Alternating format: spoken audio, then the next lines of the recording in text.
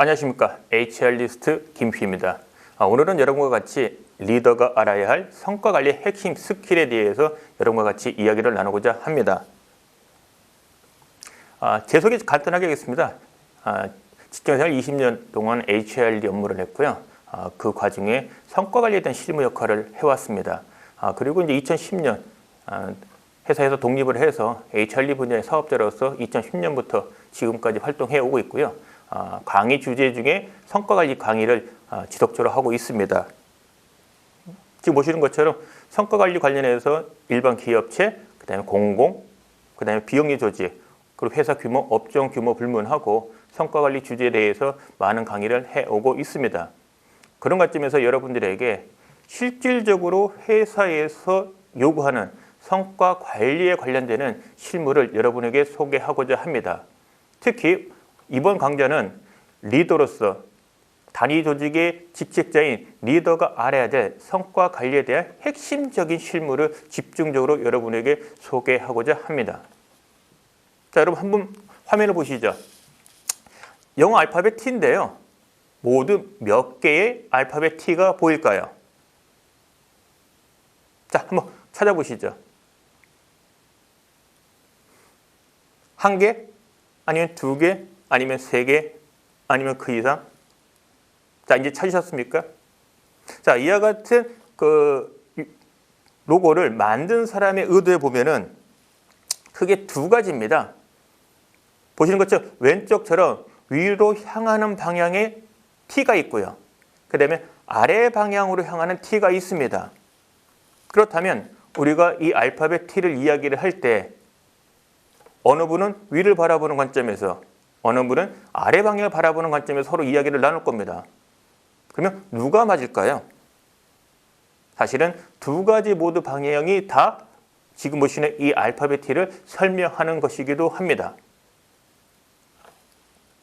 오늘 여러분에게 소개하고자 하는 성과관리의 핵심 스킬은 특히 리더가 알아야 될 성과관리에 대한 핵심 스킬은 이미 잘 알고 있는 성과관리에 대한 이야기이면서 동시에 오늘 강좌를 통해서 여러분에게 조금 더 성과관리에 대한 실무적인 시각과 스킬의 폭을 넓혀드리고자 합니다.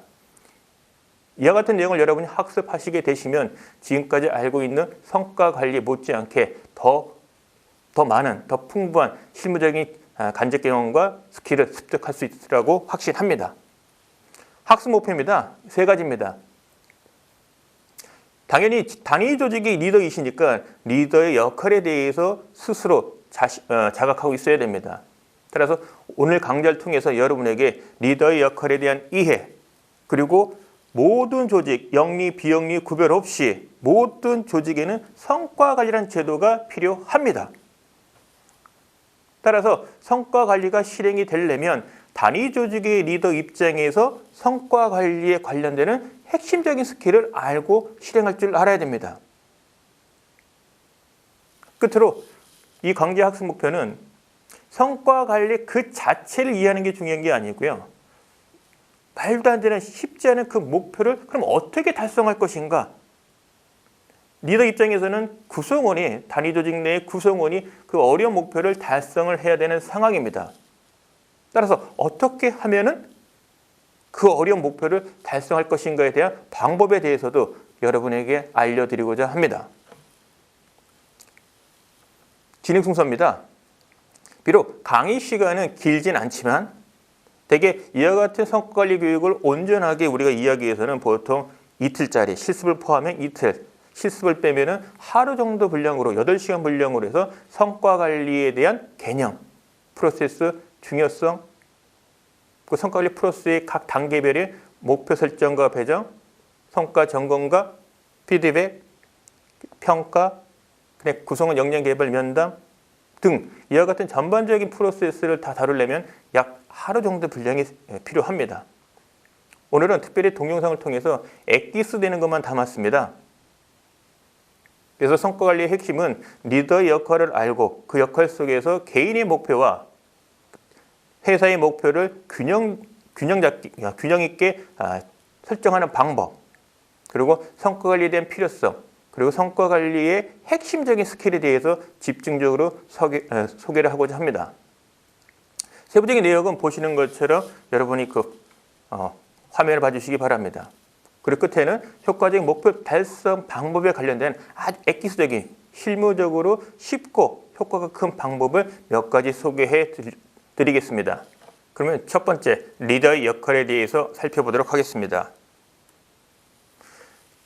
지금 보시는 것은 저성과 조직의 특징이 무엇인가를 알아보기 위한 서베이를 하면은 대략 10가지 정도의 요인이 나옵니다.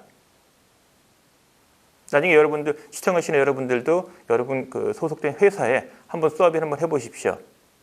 성과가 낮은 조직, 저성과 조직의 특징으로는 대략 10가지가 나오는데요. 제가 질문 하나 드리겠습니다. 이 10가지 중에 순수하게 리더의 목에 해당하는 그 요인은 몇 가지일까요? 그리고 순수하게 구성원에 관련되는 요인은 모두 몇 가지일까요? 어느 게 더 많을까요? 물론 구성원과 리더의 탓이기도 합니다. 공통적인 것도 있고요. 자, 질문 드립니다. 이 10가지 중에서 오로지 리더의 목, 리더의 탓에 해당하는 것은 모두 몇 가지일까요? 자, 정하셨습니까? 많겠습니까? 아니면 보통입니까? 아니면 적겠습니까? 이제 서베이를 해보면요. 이 안에 10가지 중에 보시는 것처럼 1번, 2번, 3번 이 세 가지는 오로지 리더의 목입니다. 그 내용을 보면은 오로지 단위 조직의 리더이기 때문에 단위 조직의 목표 또는 목적을 설정할 수밖에 없는 거고요. 따라서 목표가 설정됐으면 목표를 달성하기 위한 전략이 나와야 되는 거고요. 그리고 대부분의 회사 활동 결국은 의사결정입니다.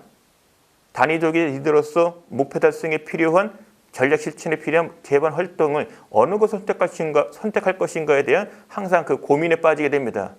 그와 같은 의사결정에 관련된 부분이 바로 리더의 목이죠. 그리고 보시는 것처럼 4번부터 8번까지 약 5개 정도는 오로지 구성원에게만 관련되는 요인입니다. 그리고 9번과 10번은 리더를 포함한 구성원 모두에게 연관되는 겁니다. 자, 이렇게 보면은 저성과 조직의 그 특징을 보면은 리더에 관련되는 항목도 있고 구성원에 관련되는 항목도 있습니다. 그러니까 저성과 조직의 탈피를 하려면 리더에게 요구되어지는 이 세 가지 요인을 제대로 하면 된다는 얘기죠. 또 한편으로는 리더이기 때문에 구성원에 보시는 것처럼 이 5가지 요인이 있어서 긍정적인 방향으로 전환시키는 노력이 필요합니다. 그래서 저희들이 리더를 얘기할 때는 사람 관리라는 이야기를 많이 하지 않습니까? 바로 이와 같은 요인 때문입니다.